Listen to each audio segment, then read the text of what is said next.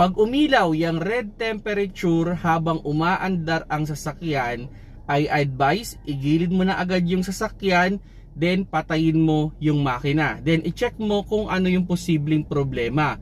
Commonly, pwedeng nagtatagas yan ng coolant, kaya wala ng coolant yung iyong engine. Or pwede rin naman na hindi na gumagana yung auxiliary fan motor, yung fan blade na nasa radiator, hindi na siya umaandar. Kung sakali, try mo maghanap ng magre-rescue para dyan na lang mismo gawin. Huwag mo nang isacrifice na itakbo pa kasi posibleng mas malaki yung gagastusin mo pag sakaling itinakbo mo ang isang overheat na sasakyan. Pero kung hindi talaga available, kung sira man yung auxiliary fan motor, pwede mo namang itakbo yan. Pero siguraduhin mo na hindi mo siya itatraffic.